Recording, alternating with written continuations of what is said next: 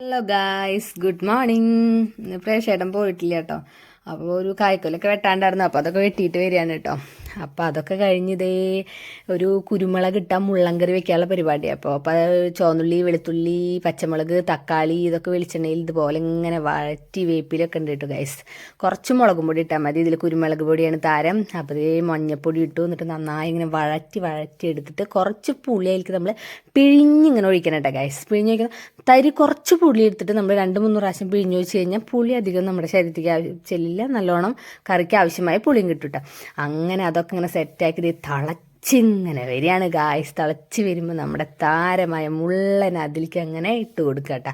മുള്ളൻ അധികം വെവൊന്നുമില്ല കേട്ടോ ഗായ്സ്. കുറച്ച് വെവെള്ളം ഒരു 5 മിനിറ്റ് 10 മിനിറ്റിൻ്റെ ഉള്ളിൽ തന്നെ മുള്ളൻ വേവും. അപ്പോഴേക്ക് ഇതേ അടുത്ത താരമായ കുരുമുളക് പൊടി ഇട്ടു. അപ്പോൾ രണ്ടും ഇട്ട് ഇത് തിളച്ച് വരുമ്പോൾ ഇതേ ഒരു റെഡും അല്ല ബ്ലാക്കും അല്ലാത്ത ഒരു ഷെയ്ഡിലേക്ക് അത് വരും കേട്ടോ. ഒരു പ്രത്യേക ടേസ്റ്റ് അല്ല കേട്ടോ ഗൈസ്. ഇത് മാത്രം മതി കഴിക്കാം. അപ്പോൾ ഇത് അമ്മയൊക്കെ ഇറക്കി വെച്ചു. ഞങ്ങൾക്ക് തൃശ്ശൂരും വീട്ടിലേക്കൊക്കെ പോകേണ്ട ആവശ്യമുണ്ട്. അതുകൊണ്ട് ഞങ്ങൾ ഭക്ഷണം കഴിക്കുക. അമ്മ പറഞ്ഞു ഇപ്പോൾ കഴിക്കില്ല, വിശക്കില്ല. അങ്ങനെ ഞങ്ങൾ രണ്ടാളും ഇരുന്ന് ഇങ്ങനെ ഫുഡ് കഴിക്കാനുണ്ട്. സൂപ്പറായിരുന്നു കേട്ടോ ഗൈസ്. അത് മാത്രം മതി, നമുക്ക് വേറെ ഒന്നും വേണ്ട കഴിക്കാം. അങ്ങനെ ഞങ്ങളിതേ അമ്മോടൊക്കെ പറഞ്ഞ് ഇറങ്ങാണ് കേട്ടോ. ഇറങ്ങണത് അച്ഛനൊരു ചാരുകസേര പറഞ്ഞു വെച്ചിട്ടുണ്ടായിരുന്നു. അപ്പോൾ അത് റെഡി ആയിട്ടുണ്ടെന്ന് പറഞ്ഞ് വിളിച്ചപ്പോൾ പ്രേക്ഷേട്ടൻ എൻ്റെ വണ്ടിയിൽ ഓട്ടോയിൽ കയറ്റിയിട്ട് വീട്ടിലേക്ക് കൊണ്ടുപോകാമല്ലോ, പറപ്പൂർ വീട്ടിലേക്ക് കൊണ്ടുപോകാമല്ലോ എന്ന് വിചാരിച്ചിട്ടായിരുന്നു കേട്ടോ. അങ്ങനെ ഇതേ അമ്മയ്ക്കൊക്കെ അമ്മയ്ക്കൊരു കോൾ വന്നിട്ടുണ്ടായിരുന്നു കേട്ടോ. അപ്പോൾ അമ്മയ്ക്കൊക്കെ പറഞ്ഞതേ ആ കടയിലെത്തിയിട്ട് ഗൈസ്. കടയിലെത്തിയപ്പോൾ ദേ അച്ഛ അവിടെ ഉണ്ട്. അച്ഛ അവിടെ പൈസ കൊടുത്ത് സെറ്റാക്കണം കേട്ടോ.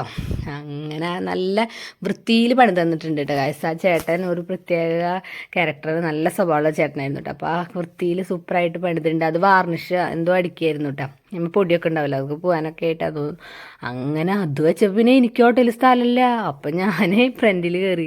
അങ്ങനെ ഫ്രണ്ടിലിരിക്കുമ്പോൾ ഞാൻ വീഴോ വേടാന്നൊക്കെ ചോദിക്കുന്നുണ്ട് കേട്ടോ ഗൈസ്. അങ്ങനെ ഞങ്ങളുടെ പെരുവല്ലൂരത്തിൻ്റെ ഗ്രാമഭംഗിയൊക്കെ ആസ്വദിച്ച് ഞങ്ങളെ പോയി ഇതേ പറപ്പൂർ വീട്ടിലെത്തി ഗൈസ്. എത്തിയപ്പോൾ ഇതേ എൻ്റെ 2 വീരന്മാർ ഇതേ ഇറങ്ങി വരുന്നുണ്ട്. ഇവരെ കൊണ്ടുവരാനും കൂടിയിട്ടാണ് ഞങ്ങൾ പോയിട്ടുള്ളത്.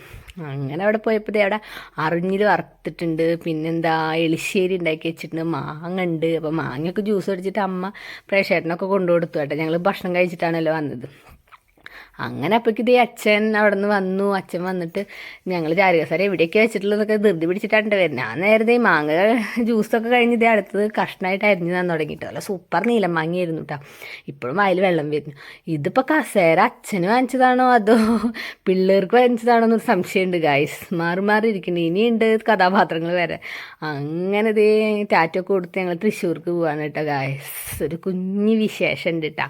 അപ്പോൾ അത് ഞങ്ങൾ വടക്കുനാഥൻ റൗണ്ടൊക്കെ ഇങ്ങനെ തിരിഞ്ഞ് പോയിട്ട് 2 പ്രാവശ്യം തിരിയേണ്ടി വന്നിട്ടുണ്ട് ഗായ്സ്. കാരണം 2-3 കടയിൽ കയറി ഇറങ്ങിയിട്ടാണ് കേട്ടോ. അതേ പാറമക്കാവൊക്കെ ആ വഴി അങ്ങനെ തിരിഞ്ഞ് കണ്ട 2ാമത്തെ പ്രാവശ്യം തിരിഞ്ഞ് വരുന്നു കേട്ടോ. അങ്ങനെ ഞങ്ങളിതേ മൈജിയിലെത്തുമ്പോൾ നിത്യാനന്ദൻ ചേട്ടൻ ഉണ്ടായിരുന്നു കേട്ടോ അവിടെ. നല്ല ഫ്രണ്ട്ലി ടോക്കായിരുന്നു കേട്ടോ. നല്ലൊരു ബ്രദറിൻ്റെ പോലെ എല്ലാം പറഞ്ഞ് മനസ്സിലാക്കി തരുന്ന സൂപ്പറായിട്ടുള്ളൊരു ചേട്ടനായിരുന്നു കേട്ടോ. ആ ചേട്ടൻ നമ്മളോട് ഒരു പ്രാവശ്യം സംസാരിച്ച് ഒരിക്കലും ആ ചേട്ടൻ്റെ മുഖം നമ്മുടെ മനസ്സിൽ നിന്ന് മായില്ല. അതുപോലെയായിരുന്നു കേട്ടോ. അങ്ങനെ ഇതേ അമ്മലെ അതൊക്കെ അൺബോക്സ് ചെയ്യാനുള്ള പരിപാടിയാണ് കേട്ടോ. അതിനുള്ളൊരു ഷോർട്ട്സ് ഇട്ടുണ്ട്. അങ്ങനെ ഞങ്ങൾ ഫുഡൊക്കെ കഴിക്കാൻ വേണ്ടിയിട്ട് തട്ടുകടയിൽ പോയി. നല്ല വിശപ്പുണ്ടായിരുന്നു ഗൈസ്. നല്ല വൃത്തിയുള്ള സൂപ്പർ ടേസ്റ്റുള്ള ഒരു തട്ടുകടയായിരുന്നു കേട്ടോ. നല്ല ടേസ്റ്റായിരുന്നു. അങ്ങനെ ഞങ്ങൾ അവിടുന്ന് ഭക്ഷണമൊക്കെ കഴിച്ചു. അവിടുത്തെ ഭംഗിയൊക്കെ ആസ്വദിച്ചിട്ടാണ് കേട്ടോ കഴിക്കുന്നത് ഗായ്സ്. അപ്പോൾ ഓക്കെ ഗായ്സ്.